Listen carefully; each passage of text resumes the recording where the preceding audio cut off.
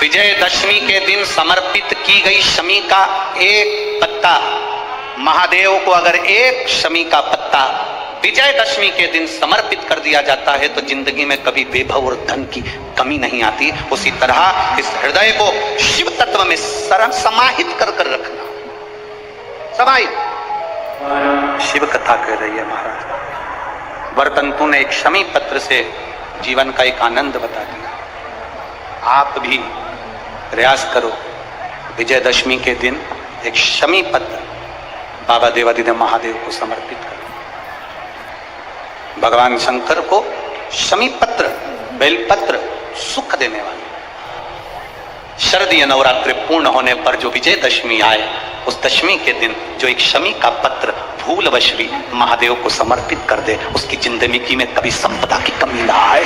एक शमी का पत्र, एक शमी का पत्ता 14 करोड़ सोने की मुद्रा से प्रबल हो जाता है। एक शमी का पत्र। आज भी कई जगह पर विजयदशमी के दिन, कई स्थानों पर विजयदशमी के दिन शमी के पत्ते का लेन देन होता है। शमी के यहाँ होता है कि नहीं होता हमको स्मरण नहीं है, महाराष्ट्र में तो, पर कई जगह होता है। यहाँ पर भी शमी का जो पत्र होता है विजयदशमी के दिन लोग देकर उसको प्रणाम करते हैं, माता पिता को नमन करते हैं। क्यों? आप अपने बच्चे और आपसे पूछेंगे, आपकी औलाद आपसे पूछेगी, आपके आने वाली पीढ़ी आपसे पूछेगी, माँ ये कौन सा नाटक बनाकर रखा है तुम लोगों ने? शमी का पत्ता दे, शमी का पत्ता ले, मिलने जाओ तो शमी का पत्ता क्यों लिया दिया जाता है? बच्चे पूछेंगे। आज की पीढ़ी बहुत प्रश्न करती है, उसको उत्तर देना पड़ेगा कि एक पत्ते में 14 करोड़ स्वर्ण मुद्रा का फल होता है। एक शमी के पत्र में आज के बच्चे जो प्रश्न करेंगे उसका उत्तर देने के लिए तुम्हें तैयार रहना पड़ेगा। उस उत्तर को तुम्हें देना पड़ेगा कि ये शमी का पत्र विजयदशमी पर क्यों लेन देन किया जाता है, शमी का पत्र क्यों शिव के मंदिर में जाता है, शमी के पत्र की मूलता क्यों होती है, इसको समझाना। एक शमी पत्र में वो फल है। और केवल यही नहीं, शमी के वृक्ष के नीचे, बेलपत्री के वृक्ष के नीचे अगर भूल से भी बच्चा, बूढ़ा, कोई व्यक्ति एक पार्थिव शिवलिंग का निर्माण कर लेता है, भूलवश भी उस पर जल समर्पित कर देता है, भूलवश भी उसके भाव से पुष्प या शमी पत्र या बेलपत्र भी चढ़ा देता है, तो वो इस संसार में कहीं ना कहीं सुख भोगता ही है, उसके जीवन में दुख नहीं। शरद पूर्णिमा से लेकर कार्तिक की जो पूर्णिमा है, उस बीच में कार्तिक महीने की जब शिवरात्रि आए या प्रदोष व्रत आए, थोड़ा ध्यान देना।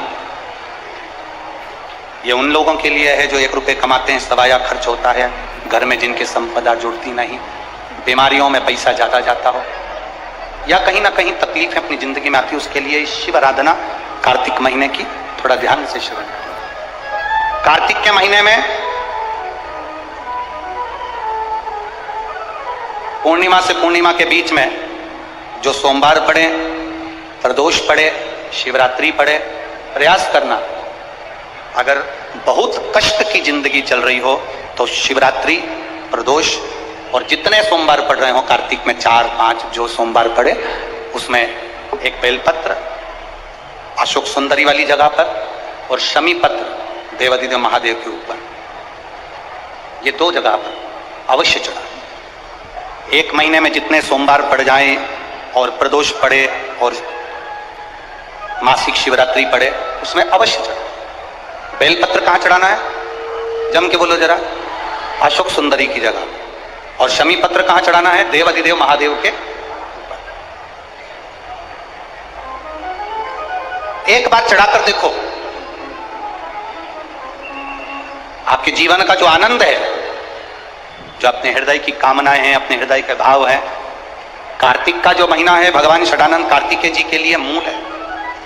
इस षडानंद कार्तिकेय जी ने जब तारकासुर का संहार किया था, तारकासुर को जब मार दिया था, तो 33 कोटि देवताओं ने षडानंद कार्तिकेय जी को वर प्रदान किया।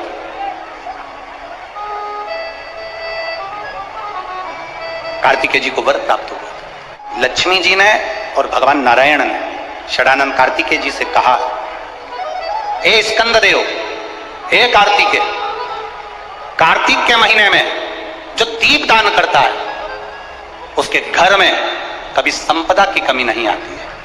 कार्तिक महीने के दीपदान की महत्वता जैसे ही लक्ष्मी और नारायण ने कही, तब ब्रह्मदेव प्रकट हुए और देवादिदेव महादेव प्रकट हुए मां पार्वती के साथ में, और ब्रह्मा जी प्रकट हुए मां ब्रह्माणी के साथ में। उन्होंने वर प्रदान कर दिया। षडानन कार्तिकेय भूलवश भी अगर कोई बेलपत्र और शमी पत्र दोनों एक साथ आपकी बहन अशोक सुंदरी और आपके पिता देवादिदेव महादेव को शमी पत्र जो समर्पित कर देगा, षडानन कार्तिकेय इस कार्तिक के महीने में देवादिदेव महादेव कहते हैं उसके यहां कुबेर का भंडार शिव भर दे। ये जो बेलपत्र है ये आप समर्पित करेंगे अशोक सुंदरी वाली जगह पर। कहां समर्पित करेंगे? अशोक सुंदरी की जगह पर। और शमी पत्र आप समर्पित करेंगे देवादिदेव महादेव के ऊपर। बस इसमें एक चीज का स्मरण अपने को करना है, जब अपन अशोक सुंदरी की जगह पर बेलपत्र चढ़ाएंगे तो ये डंडी का जो मुख है ये महादेव के जो खाली स्थान है, खाली वाली जगह उसी ओर होगा। शमी पत्र की जो डंडी का मुख है इसी की और जिस ओर तुमने बेलपत्र चढ़ाया है उसी ओर शमी पत्र की भी डंडी का मुख उसी ओर होगा। जहां पर आप बेलपत्र की डंडी का मुख रख रहे हैं उसी ओर शमी पत्र की डंडी का भी मुख उसी ओर होगा। तो देवादिदेव महादेव भगवान शंकर, मां जगत जननी जगदम्बा, श्री ब्रह्मदेव ब्रह्माणी षडानंद कार्तिकेय को वर प्रदान कर दे। संसार में दो चीजें दो लोगों से नहीं पूछी जाती है। पूरे संसार में दो चीजें दो लोगों से नहीं पूछी जाती है। एक, स्त्री से उसकी आयु नहीं पूछी जाती है। बोलो सही है कि गलत है? संसार में दो चीजें दो लोगों से नहीं पूछी जाती है। एक, स्त्री से उसकी आयु नहीं पूछी जाती है, और दूसरा, पुरुष से उसकी आय नहीं पूछी जाती है। स्त्री से आयु नहीं पूछी, पुरुष से आय नहीं पूछी। क्यों नहीं पूछना चाहिए? क्योंकि स्त्री से आयु इसलिए नहीं पूछते क्योंकि स्त्री अपने लिए कभी नहीं जीती, स्त्री हमेशा दूसरों के लिए जीती है। और पुरुष से उसकी आय नहीं पूछते। क्यों नहीं पूछते? क्योंकि पुरुष अपने लिए नहीं कमाता, हमेशा दूसरों के लिए कमाता है, इसलिए इन दोनों से नहीं पूछा जाता। स्त्री से उसकी आयु, कन्याओं का भोजन कराओ या नवमी के दिन कन्याओं का भोजन कराओ, पर देवी भागवत तो कहती है, देवी भागवत तो वर्णन करती है कि पहले नवरात्रे से लेकर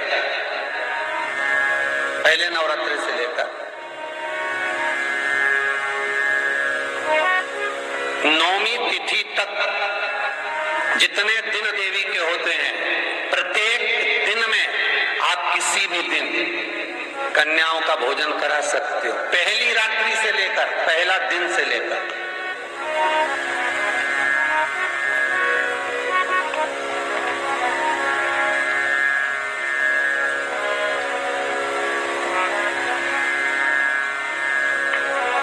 नवरात्रि मालूम है कब से लगती है? आप लोगों को ज्ञात होगा ना, नवरात्रि कब से लगती है? अमावस्या से कि एकम से?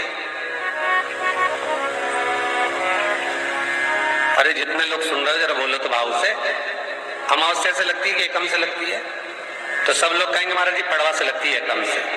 पर देवी भागवत कहती है अगर एकम से लगी तो नवरात्रि पूर्ण कैसे हुई? एकम का दिन लगी तो एकम के दिन की रात्रि, फिर दूज के दिन की रात्रि, तीज के दिन की रात्रि, चतुर्थ दिन की रात्रि, पंचम दिन की रात्रि, छठे दिन की, सातवें दिन की, आठवें दिन की, नवें दिन की रात्रि। पर नवे दिन तो सुबेरे पूजन करके, यज्ञ करके, अनुष्ठान करके देवी को विसर्जन कर दिया, फिर नवरात्रि पूर्ण कैसे हुई? नवरात्रि की पूर्णता होती है अमावस्या की रात से गिनी जाती है। कौन से दिन से गिनते हैं?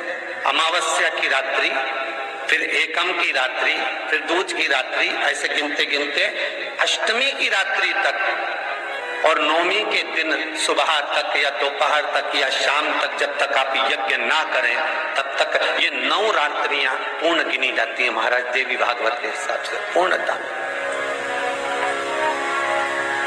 पूर्णता में गिनी। अब हमने कन्या भोजन का जो क्रम बनाया, अष्टमी के दिन करा देंगे, नवमी के दिन करा देंगे, इस तिथि को करा देंगे, पर भाव देखिए, शास्त्र कहता है भूखे को भोजन जब कराइए जब उसको भूख लगी हो,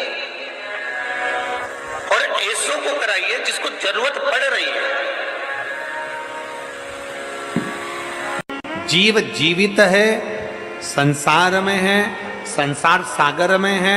दुनिया के लोग अगर तुमसे कहें कि शंकर भगवान तो बहुत दूर हैं, शिवजी तो बहुत दूर हैं, शंकर भगवान, सबको कह देना भगवान नारायण बैकुंठ में है, ब्रह्मा ब्रह्मलोक में है, केवल मृत्यु लोक का देव है, देव अधिदेव महादेव है। शंकर भगवान से जो हम कहेंगे, शिव से जो हम कहेंगे, शंकर की भक्ति में जो हम कहेंगे, वो शिव हमें स्वीकार, शिव स्वीकार। दो चीजें घर की करिए, एक भोजन और दूसरा जम के बोलो जरा भजन। दोनों घर में करो, भोजन भी घर का और भजन भी घर का, दोनों को घर का बनाओ। और जितना हो सकता है भोजन घर का बनाकर जो प्रेम से 2 रोटी, 2.5 रोटी, 1 रोटी, आधी रोटी, चावल दाल जो तुम खा सकते हो वो घर का पाए। से कहते हैं गुरुजी हमने सुना है कि मंगलवार को ये नहीं करना चाहिए, कोई कहता है कि बुधवार को बाल नहीं कटवाना चाहिए, कोई कहता है गुरुवार को ये नहीं करना चाहिए, कोई कहता है शनिवार को ये नहीं करना चाहिए, कोई कहता है शुक्रवार को ये नहीं करना चाहिए, कोई के सोमवार को ये नहीं करना चाहिए। शिव महापुराण की कथा कहती है 7 वार मेरे शंकर के हैं। नक्षत्र शिव ने बनाया, काल शिव ने बनाया, पंचांग शिव ने बनाया, समय शिव ने बनाया, घड़ी शिव ने बनाया, इसलिए उसको महाकाल कहते हैं क्योंकि उसने काल बनाया, घड़ी बनाई, पल बनाया, नक्षत्र बनाया, सब कुछ उसने बनाया। रविवार उसका है, सोमवार उसका है, मंगलवार उसका है, बुधवार, गुरुवार, शुक्रवार, शनिवार, ये सब वार उसके हैं। शिव महापुराण की कथा कहती है, कोई कहता है कि हमें रविवार को ये नहीं करना, बुधवार को ये नहीं करना, सोमवार को ये नहीं करना, मंगलवार को ये नहीं करना। शिव महापुराण की कथा कहती है 7 वार तुम्हारी मर्जी पड़े वो करो, पर इतना याद रखो कि 7 दिन तुम्हारा मन पड़े वो करो, पर इतना याद रखो कि 7 दिन किसी के दिल को ठेस ना पहुंचे वो कभी ना करो। कथा कहती है माता पार्वती जी ने भी शंकर को 1 लोटा जल चढ़ाया, माता सती ने भी भगवान शंकर को 1 लोटा जल चढ़ाया, भगवान श्री गणेश जी महाराज ने भी भगवान शंकर को जल चढ़ाया, श्री हनुमान जी महाराज ने भी भगवान शंकर को जल चढ़ाया, स्वयं भगवान नारायण ने भी राम अवतार रखकर शिव को जल चढ़ाया, भगवान कृष्ण अवतार लेकर भी शंकर को जल चढ़ाते हैं। शिव महापुराण की कथा कहती है जब नारायण ने भगवान शंकर को जल चढ़ाया, ब्रह्मा जी ने भगवान शंकर को जल चढ़ाया, इंद्र ने भगवान शंकर को जल चढ़ाया, 33 कोटि देवताओं ने भगवान शंकर को जल चढ़ाया।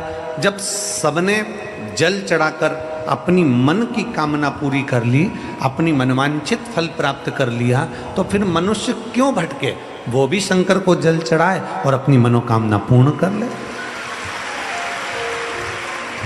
क्यों भटके, किस लिए भटके?